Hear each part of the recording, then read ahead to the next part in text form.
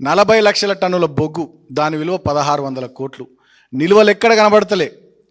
దాని మీద coal cess కట్టిర్రు, income tax కట్టిర్రు, మిగతా ఇతరత్ర అన్నీ చేసేసిర్రు. మా నాయకులు హరీష్ అన్న కానీ ఈశ్వరన్న కానీ మొన్న జూన్ నెలలో 7వ తేదీ నాడు రామగుండం గోవర్కానికి పోయినరు.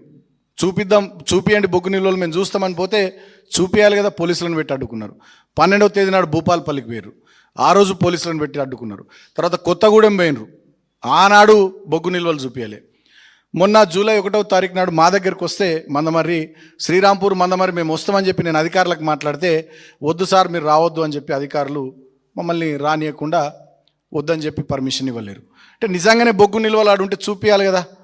సింగరేణి ప్రభుత్వ రంగ సంస్థ, 51% రాష్ట్ర ప్రభుత్వం వాటా, 49% కేంద్ర ప్రభుత్వం వాటా. మరి ప్రభుత్వ రంగ సంస్థ, ప్రజలకు సంబంధించిన ఆస్తి, 40 లక్షల టన్నుల బొగ్గు నిల్వలు ఉంటే చూపెట్టాలి కదా. అంటే అదొక స్కాము. తర్వాత ఎక్స్ప్లోజివ్స్, సింగరేణి మైన్స్లో వాడేటటువంటి ఎక్స్ప్లోజివ్స్లో అడ్డగోలుగా దాని రేట్లు పెంచి దాంట్లో స్కాము.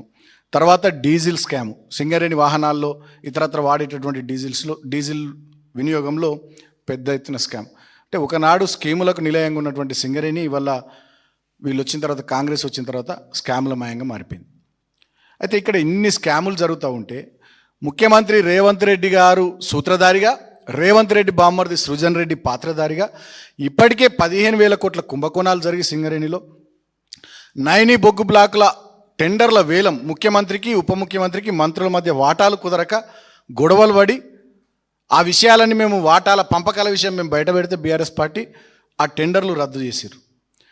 ఈ స్కాముల మీద, ఈ టెండర్ల రద్దుల మీద, జరుగుతున్నటువంటి దురాగతాల మీద మా పార్టీ వర్కింగ్ ప్రెసిడెంట్గా కేటీఆర్ గారు ఈ 40 లక్షల టన్నుల బొగ్గు మాయమైన దాని మీద బొగ్గు శాఖ మంత్రి కిషన్ రెడ్డి గారికి లేఖ రాశారు, హరీష్ రావు గారు లేఖ రాశారు. మరి నిజంగానే వారికి చిత్తశుద్ధి ఉంటే వారు చేయాల్సిందేంది, సిబిఐ విచారణనో కేంద్ర విజిలెన్స్ సంస్థ విచారణను చేపియాలి కదా. అది చేపించకుండా కిషన్ రెడ్డి గారు రేవంత్ రెడ్డి గారికి లేఖ రాస్తారు. అంటే దీన్ని ఎట్లా అర్థం చేసుకోవాలి?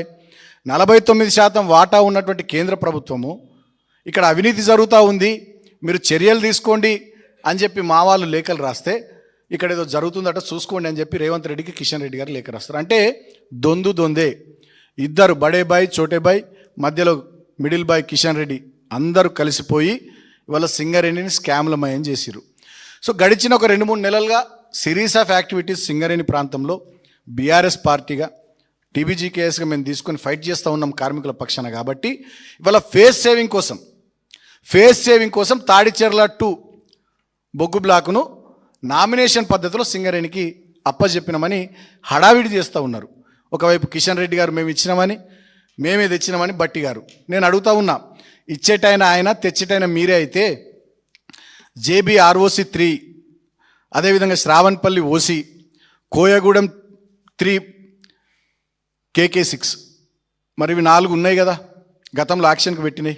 దాంట్లో 2 వేరే వాళ్ళు వచ్చి వాళ్ళు పని చేసుకుంటలే వెళ్ళిపోయారు, ప్రైవేట్ వాళ్ళు. టైం కూడా పూర్తయింది.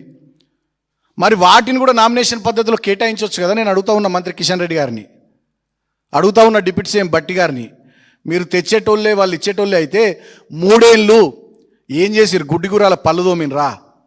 బీఆర్ఎస్ పార్టీ టీబీజీకేఎస్ ఇవాళ సింగరేణి ప్రాంతంలో పెద్ద ఎత్తున పోరాటం చేస్తూ ఉంటే మెడికల్ బోర్డు ఏమైంది?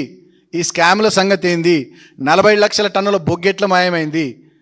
సింగరేణిని అదానికో అంబానికో అప్పజెప్పేటట్టు ప్రయత్నాలు జరుగుతూ ఉన్నాయి. కుక్కను చంపే ముందు పిచ్చి కుక్కను ఎట్లా ముద్ర వేస్తారో ఇవాళ సింగరేణి సంస్థను ఆ రకంగా నష్టాలమయం చేసి ఇక ఇది మనతోని కాదని చెప్పి మెల్లగా ప్రైవేట్కి అప్పచెప్పే కుట్ర మీరు చేస్తున్నారని 2-3 నెలల నుంచి బీఆర్ఎస్ పార్టీ టీబీజీకేఎస్ పోరాటం చేస్తే దానికి జడుచుకొని ఫేస్ సేవింగ్ కోసం ఒక తాడిచెర్ల 2 బొగ్గు బ్లాకు నామినేషన్ పద్ధతులు ఇచ్చారు. ఇవాళ మేము డిమాండ్ చేస్తూ ఉన్నాం బీఆర్ఎస్ పార్టీగా, సింగరేణిలో జరిగినటువంటి స్కాములన్నిటిపైన సిబిఐ విచారణ చేయించండి కిషన్ రెడ్డి గారు, లేదా విజిలెన్స్ సంస్థలతో విచారణ చేయించండి. మేడిగడ్డలో 2 పిల్లర్లు గుంకితే దన్న నురుకొస్తుంది కానీ NDSEA.